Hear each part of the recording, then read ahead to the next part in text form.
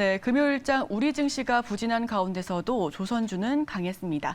LNG선 수요 증가에 수익성이 오른다라는 평가가 잇따르고 있고요. 실적도 주가도 기대감을 모으고 있는데 고유가를 타고 하락장을 뚫고 있다라는 평가까지 함께하고 있죠. 이 시간 조선주와 또 다른 고유가 관련주, 항공주까지 이야기 나눠보겠습니다. 신영증권 엄경화 애널리스트 모실게요. 어서 오세요. 안녕하세요. 네, 안녕하십니까.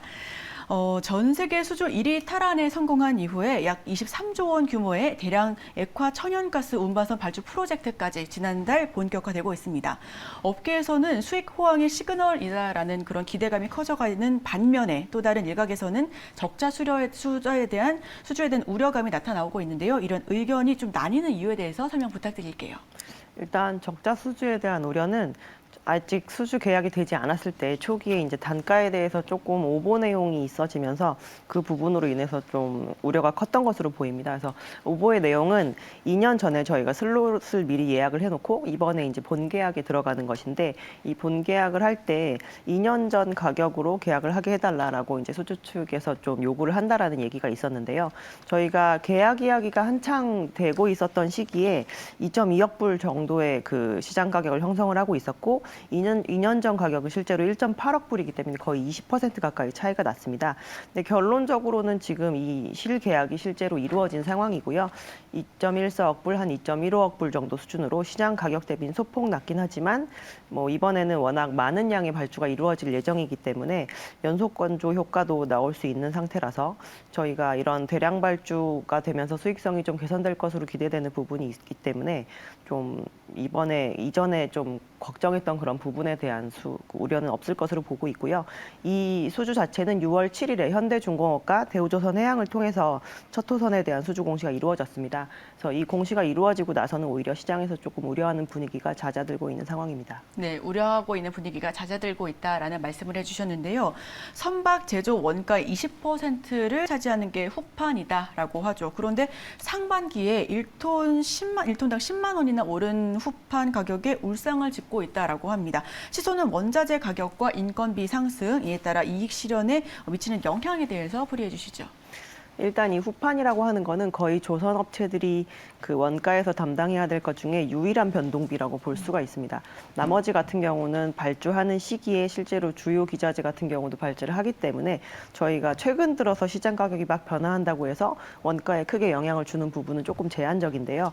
요번에 10만 원 정도 올랐다고 하지만 작년에는 사실 이 가격의 상승세가 엄청 컸습니다. 그래서 이번에 10만 원 오른 정도는 사실 10%도 오르지 않은 정도 수준이기 때문에 그냥 그 정도의 비용 상승 효과라고 보면 되는데 작년 같은 경우는 6, 70만 원대의 후판이 한 번에 100만 원 이상으로 상승을 할 정도로 상당히 가격이 많은 폭의 상승이 있었었는데요. 제품 가격이 결국 녹여내면 되는 문제인데 저희가 일반적인 소비자들한테 뭐 라면이나 기름 이런 걸 파는 것이 아니라 이게 기업 대 기업으로 판매를 하는 것이기 때문에 그렇죠. 저희가 해운사나 선주들에게 이러한 가격을 전가시킬 수 있는 그 정도가 사실 좀 더 높다라고 볼 수가 있습니다. 그래서 전체적으로 인플레이션 얘기가 계속 되는 동안은 아마 후판 가격도 이렇게 저가로 다시 내려갈 일은 조금 제한적이라고 보고 있고요. 오히려 선박 가격이 좀 이러한 부분을 지켜준다라고 한다면 크게 그 우려할 부분은 아니지 않을까라고 생각하고 있습니다. 크게 우려할 부분은 아니다라는 말씀까지 덧붙여 주셨습니다. 국제 유가가 치솟고 있는 가운데 선박유로 활용되고 있는 저유황유와 또 고유황유의 가격 차이가 사상 최대로 벌어졌다라고 하죠. 저유황유, 고유황유와 비교해서 정제 과정을 한 단계 더 거쳐가서 단가도 높을 수밖에 없지만 가격 차이가 급격하게 확대된 이유가 뭘까요? 일단 2020년부터 이제 저유황유를 주로 사용을 해서 황산화물을 덜 배출해라라고 하는 게 국제 해사기구의 이제 그 얘기였었고요. 그래서 이 부분에 의해서 저희가 기존의 고유황유를 사용하던 선박들이 저유황유를 사용해야 되니까 당연히 수요가 글로 늘 수밖에 없었습니다. 그래서 원래 2020년부터 저유황유의 가격이 많이 뛰지 않을까라는 그런 생각을 가지고 저희가 스크러버라고 하는 이런 탈황 장치를 좀 달았었던 것인데요. 코로나 기간에 이 유류 중에서 가장 사용하지 않은 유류가 뭐라고 생각을 하시나요? 가장 사용하지 않은 유류가 뭘까요? 저 잘 모르겠는데. 당연히 비행기가 뜨지 않았기 많았기 때문에 아, 저희가 그렇죠. 항공료를 별로 쓰지 않았는데요.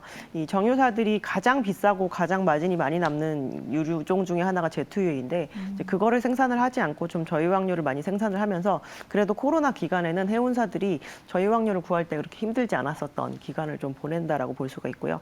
다시 재차 이제 리오프닝이다, 방역을 좀 완화한다 이런 얘기가 나오고 있어서 요즘에 저유황료 대신에 이제 제트유를 좀 생산하려고 하는 그런 정유사들의 움직임 때문에 저유황료가 좀 올라가는 그런 부분이 있고요. 저희가 스프레드를 높여주는 것 중에 이제 오히려 고유황료가 더 내려간 부분도 있는데 고유황료 같은 경우는 러시아에서 상당히 많이 수급을 하는 그런 오일이기도 합니다. 그래서 전쟁 초반에는 러시아로부터 이 고유황료가 잘 나와주지 않다 보니까 가격이 좀 고공행진을 하면서 오히려 스프레드가 좀 줄어드는 부분이 있었는데 요즘에 러시아 기름을 사서 정제해서 다시 팔는 이 팔로 역할을 하는 게 중국과 인도에 해당이 됩니다.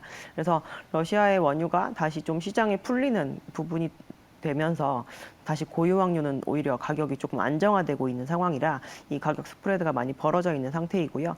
해운사들이 이제 이러한 부분을 좀 고려를 해서 이미 대형선에는 좀 스크러버라고 하는 그런 탈항 장치를 많이 달아놓은 상황이기 때문에 이 부분을 많이 장착을 하고 있는 업체일수록 오히려 좀 수혜를 볼 수도 있습니다. 네, 사실 시청자분들께서는 고유황료, 저유황료에 대해서 상세하게 잘 모르실 수도 있을 것 같습니다. 그렇다면 향후에 조선주, 선박 관련된 그런 시장의 전망에 대해서 크게 여쭤볼게요.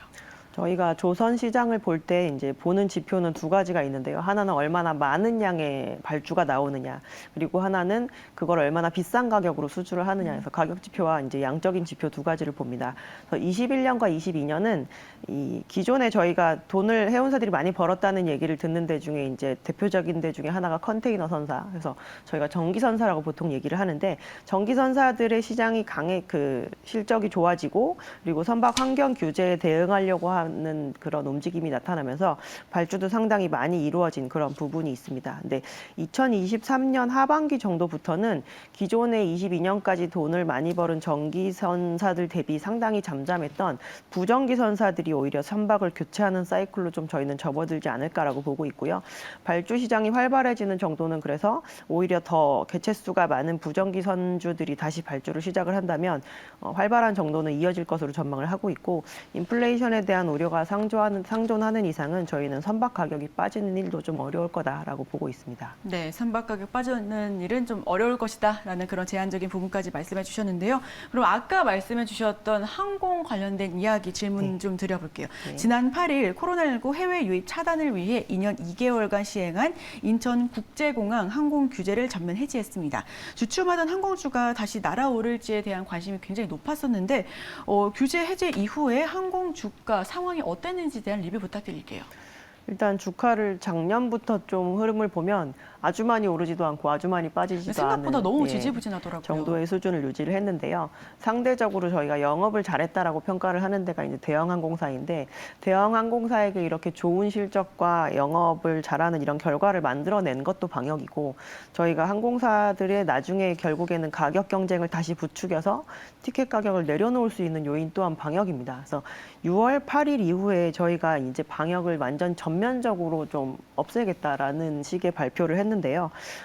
저희가 지금 걱정하는 부분은 이건 것 같습니다. 이제 코로나 기간 동안 장사를 못한 거 대비해서 이후에 이제 저희가 다시 여행을 다니게 되면 상당히 비싼 가격으로 티켓을 팔기 때문에 그 이전에 났던 손해를 충분히 더 커버를 하고도 더 돈을 벌 수 있을 것이다라고 하는 그런 부분이 항공사들에게 많이 지금 기대감이 반영이 되어 있는 상황인데요.